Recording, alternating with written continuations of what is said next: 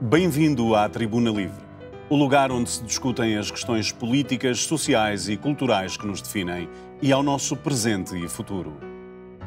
Eu sou o Henrique Freitas de Arriaga e o tema de hoje é Woke e Idiocracia. Já todos ouvimos falar em woke, em português, desperto.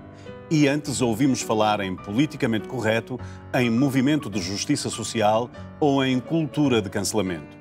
Termos usados ao longo do tempo para referir uma mesma postura cultural. Mas o que é de facto o movimento woke? O que está na sua origem? E quais são as suas consequências? Para analisarmos este tema, convidamos o mais global dos artistas plásticos e performativos portugueses, ou como o próprio prefere dizer de si mesmo, o artista multidisciplinar e ativista César Mundi.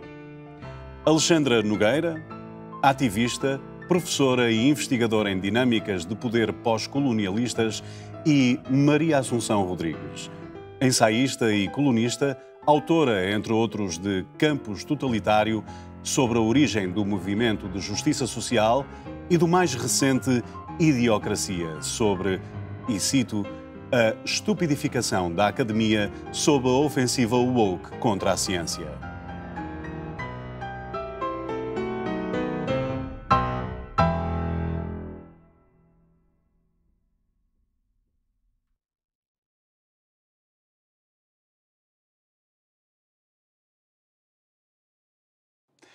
E começo por si, Maria Assunção. O que é a teoria crítica? Saúde à mesa, Henrique, Alexandra, César. É com muito gosto que estou aqui. Bem, para responder à pergunta, na base do movimento de justiça social woke está a teoria crítica, nascida nos anos 20, 30 do século passado, com a Escola de Frankfurt. A teoria crítica defende a explicação de todas as circunstâncias que escravizam o ser humano, e todas têm de ser mudadas. Todas. Da cultura ao trabalho, à ideia de si e do outro. Só assim o ser humano será emancipado das circunstâncias de opressão e domínio. Claro que a teoria crítica e a Escola de Frankfurt agora designam não apenas os seus filósofos iniciais, como Horkheimer, Adorno e até Marcuse e Habermas, e o pensamento que estes produziram, mas também as gerações que lhes sucederam de tradição marxista ocidental. A sua gênese tem um século e resulta de levar para a academia, isto é, para as universidades, a revolução que o proletariado não fez. E permita-me frisar, a revolução que o proletariado não fez nos países ocidentais. O ideal soviético... Se puder resumir, Maria Assunção. Gostaria que ficasse bem explicado. Com certeza. Obrigada. Portanto, o ideal soviético desconseguido nos Estados democráticos encontrou, ao abrigo das liberdades garantidas pela democracia, o seu caminho pelas salas de aula das universidades. Alexandra, quer comentar? Cumprimento a todos e sim, gostaria de acrescentar que, sem o julgamento de valor político que lhe está a ser imposto, a teoria crítica identifica problemas transculturais e promove a sua resolução. Alexandra, porém, um século depois, na sua versão woke, o que a teoria crítica pretende é impor a sua visão explicativa da realidade como a única correta e aceitável, e as suas soluções como o único meio efetivo de resolução, ainda que tal ponha em causa os fundamentos da sociedade ocidental, como a democracia e a liberdade de expressão. E isto é grave de diferentes maneiras, Alexandra. E porquê? Porque o elemento distintivo das teorias críticas, o seu separador de águas em relação às teorias tradicionais, é a praxis. Isto é, o seu propósito é a ação, o ativismo, como a Alexandra bem sabe. É oportuno referir que a teoria crítica e as teorias críticas assentam em 3 requisitos. Têm de ser explicativas, práticas e normativas. Portanto, têm de identificar o problema social, identificar os agentes de mudança, fornecer os elementos normativos para a crítica e objetivos execuíveis de mudança social. Henrique, mas se transpusermos esses princípios, e eles já foram transpostos para a academia, para as universidades, felizmente não no seu todo, o que é que nós encontramos? Encontramos uma geração de professores que promove, se não a ação, pelo menos a tomada de posição por parte dos alunos, assim como os alunos ativistas a exigem dos professores. Não há neutralidade, não há imparcialidade, não há contraditório. Em circunstância alguma, a ciência pode estar sujeita à ideologia. Nós acreditamos nisto durante séculos. O que o woke nos propõe é o oposto e de uma forma unanimista. O pensamento único não serve à academia nem à liberdade. E passo a ler. Os fundamentos das sociedades ocidentais, nos seus valores axiais, estão a ser metódica e sistematicamente destruídos.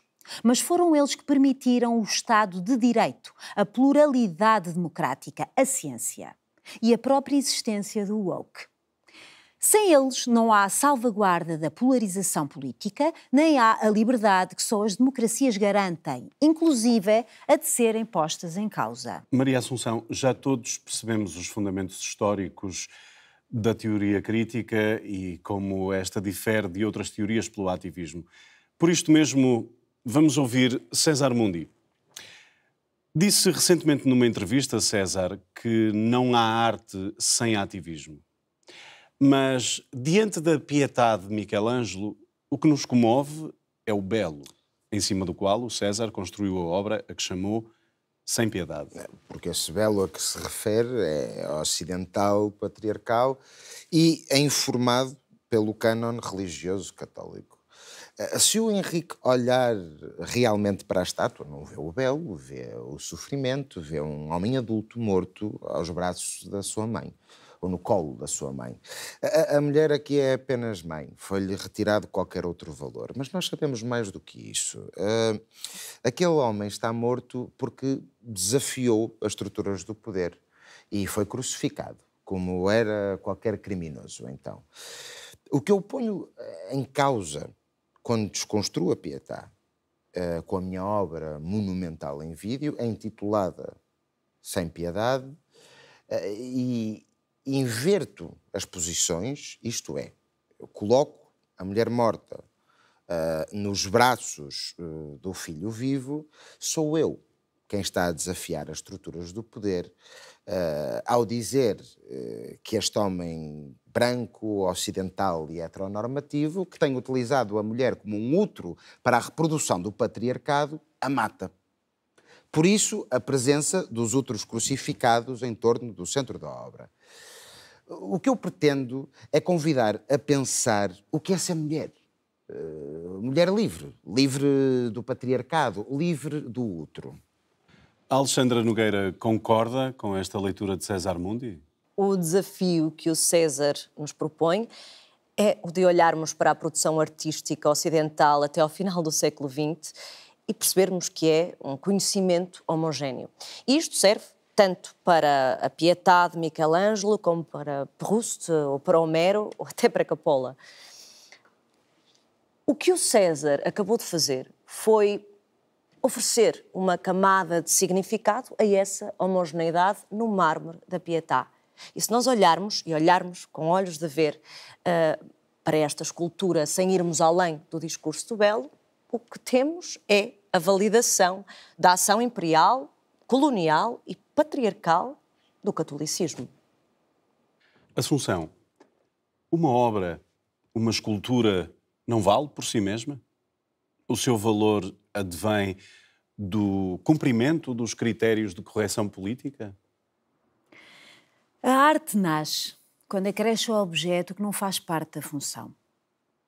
Seja uma estrela desenhada num copo de há 10 mil anos, ou tornar pensativo um cigarro num verso de pessoa. É o elemento inesperado que acrescenta, ou porque convoca alegria ou surpresa, ou porque oferece ligações não estabelecidas anteriormente, caminhos novos para o pensamento, um arco mais amplo de conhecimento formal ou informal. A racionalização forçada do César Mundi e que a Alexandra Nogueira secunda não têm a ver com arte e têm tudo a ver, em última análise, com a ideologia de género que ambos professam e que define a mulher fora de critérios científicos ou biológicos. É uma racionalização que não acrescenta nada à Pietà. Na verdade, também não lhe retira nada.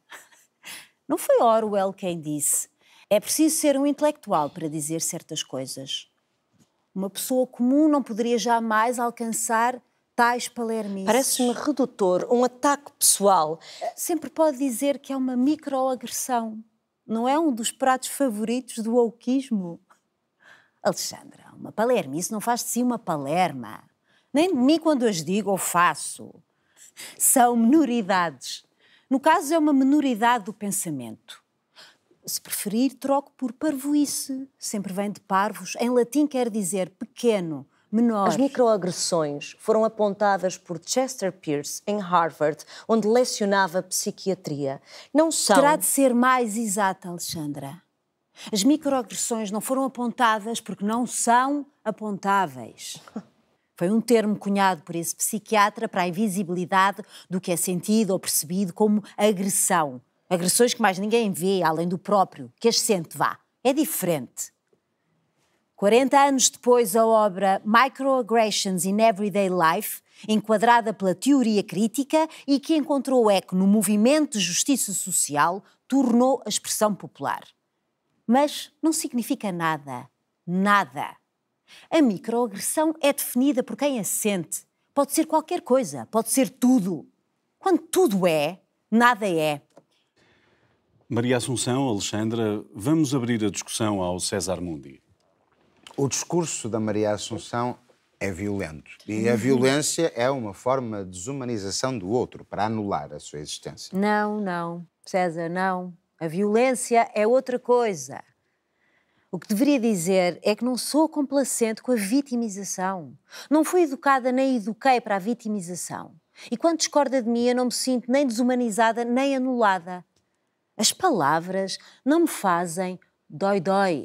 Meus caros, precisamos da liberdade de trocar argumentos, de discordar com veemência, até com ironia ou mesmo provocação, sem que tal seja percebido como um ataque ou uma violência. Então, deixe-me acrescentar, Henrique, que quem quer debater com honestidade tem de estar conscientizado. E a Maria Assunção não está. E o Henrique também não está, devo dizer. Isto mostra o atraso português. Aqui, em plena televisão pública, é permitida uma linguagem que já não existe noutros países. Porquê é que o Henrique disse, meus caros, quando temos aqui pelo menos duas mulheres? A língua pode ser e é um instrumento de opressão e do patriarcado, da reprodução do poder instituído. Isto tem implicações muito amplas. Já pensou que o português, esse português fálico, dominado pelo masculino, é uma das línguas mais faladas do mundo? E o que é que essa língua perpetua? César, com todo o respeito, é um debate. Não vamos policiar a linguagem dentro dos limites da civilidade. Isto também tem de ser discutido, Henrique. Tem de ser discutido, porque quem é que define os limites, que civilidade é essa, quem é que a estabeleceu como norma e a quem serve? O português é uma das línguas mais faladas do mundo por causa da colonização. Não devia ser um motivo de orgulho. É imperial e patriarcal e tem de ser revista. Maria Assunção, quer comentar? Acredito que o César Mundi diga o que diz de boa fé. Que não se limita a papaguear aquilo que nas universidades norte-americanas foi extremado e refeito à luz das especificidades sociais e culturais daquele país. A teoria de género, a teoria crítica da raça ou a interseccionalidade exigem que respondamos todos a uma só voz e a despeito da falta de evidências ou mesmo contra as evidências científicas. O que a Maria Assunção ainda não tem consciência de que a ciência que está a falar foi criada e validada pelo homem branco. É um processo, Assunção, e você ainda não a iniciou. Eu estou conscientizado do meu privilégio branco e masculino.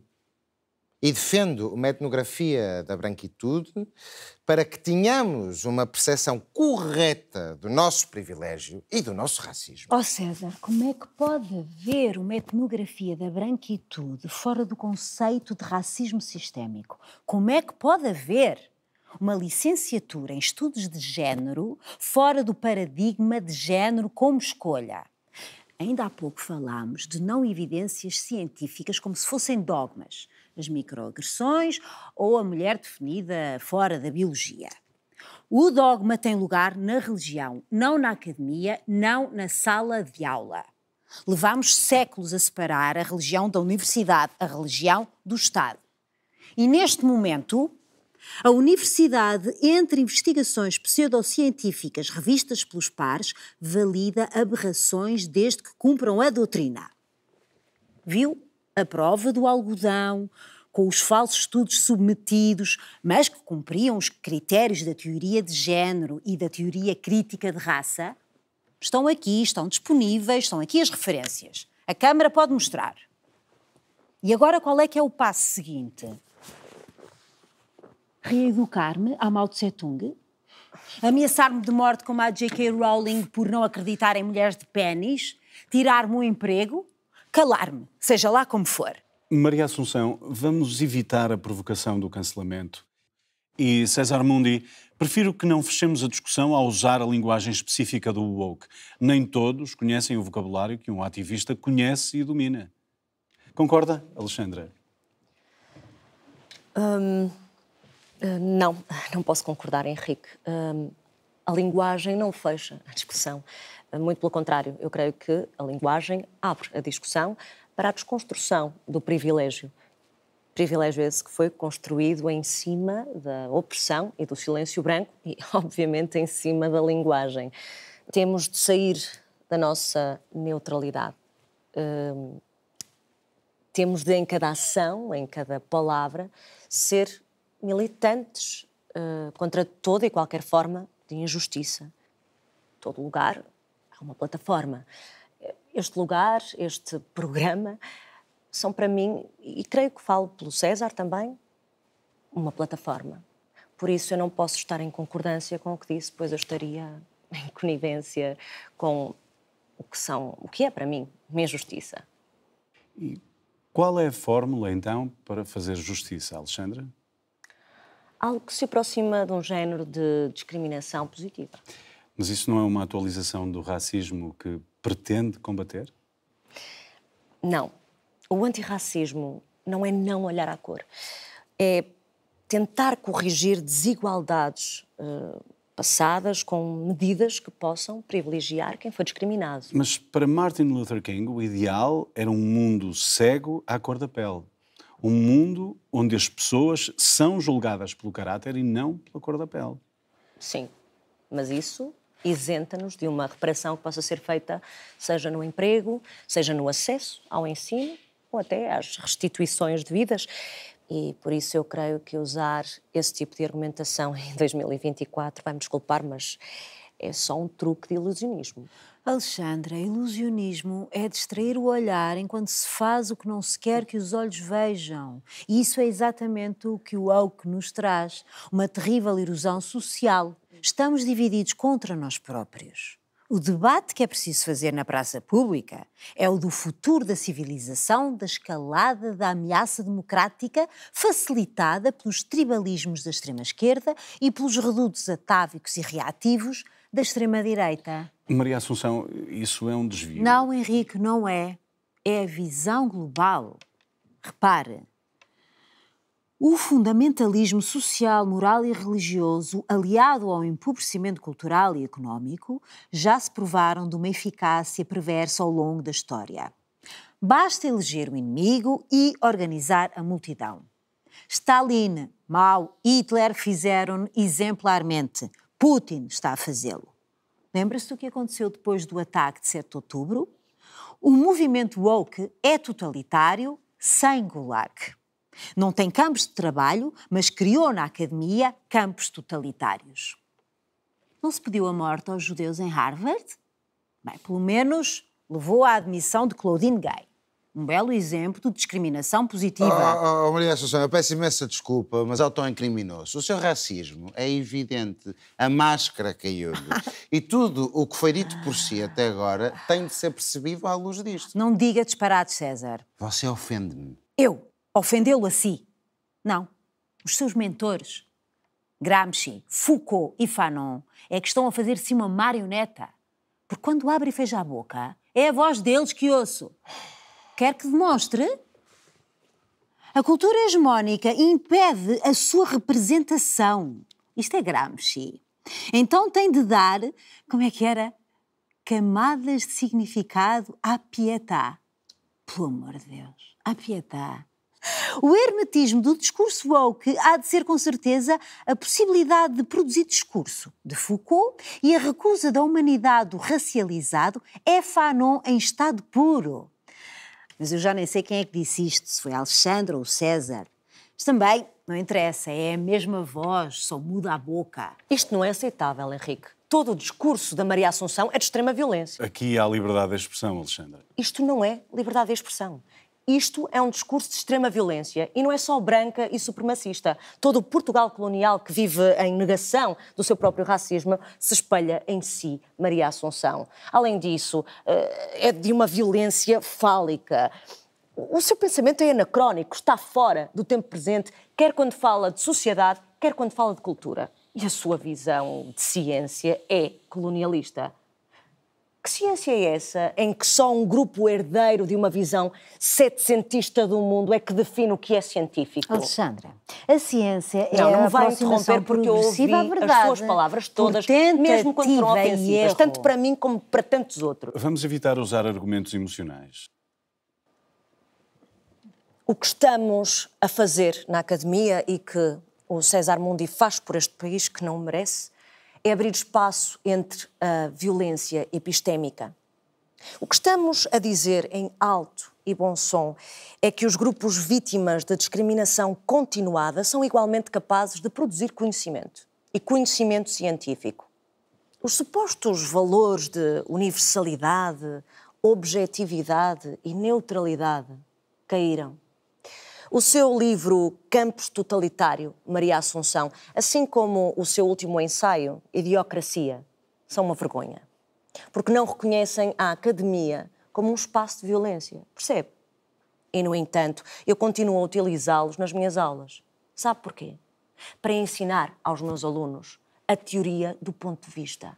A sua visão sobre arte, ciência, cultura são apenas o ponto de vista de alguém que está numa posição de poder. A idiocracia, que é uma sociedade governada e ou povoada de idiotas, foi um termo cunhado satiricamente pela Assunção para tratar os casos das agressões dos ativistas woke na Universidade de Evergreen. Como o do famoso agressor de Bret Weinstein, que afirmou durante a agressão: para de argumentar, a lógica é racista. E outros, como o do Sandrine Rousseau, após o elogio desta às bruxas contra os engenheiros, quando afirmou, e cito, o mundo está repleto de demasiada racionalidade, de decisões tomadas por engenheiros. Prefiro mulheres que leem a sorte a homens que constroem reatores nucleares. Uma sátira para a falta de racionalidade no meio académico. Uma sátira, Alexandra. Henrique, agradeço a defesa e o esclarecimento, mas não seria necessário. Aliás, tenho de fazer uma correção. O termo idiocracia foi, e agora sou eu que vou usar linguagem woke, uma apropriação do termo estupidocracia. Pareceu-me que idiocracia era mais palatável.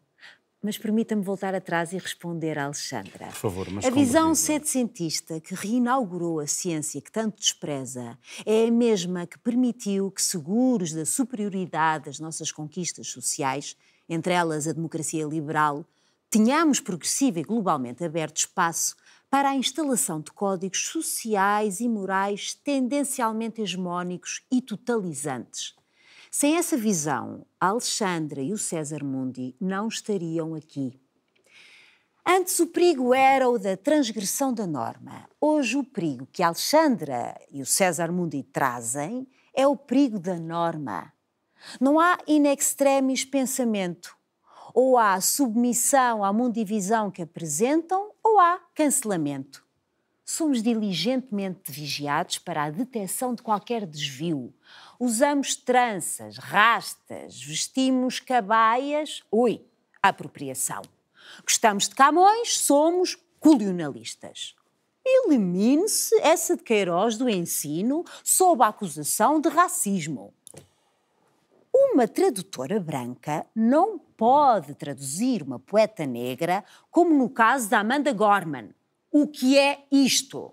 Maria Assunção, É preciso dizer que na cultura woke não pode haver alteridade, porque isso significa ser-se outro, ser-se diferente, ser-se individual. Não há indivíduos. Há massas dirigidas por algo ou alguém contra ou a favor de algo ou de alguém. Tanto pode ser a J.K. Rowling como a Margaret Atwood. A Margaret Atwood, uma figura maior da literatura e um bastião do feminismo.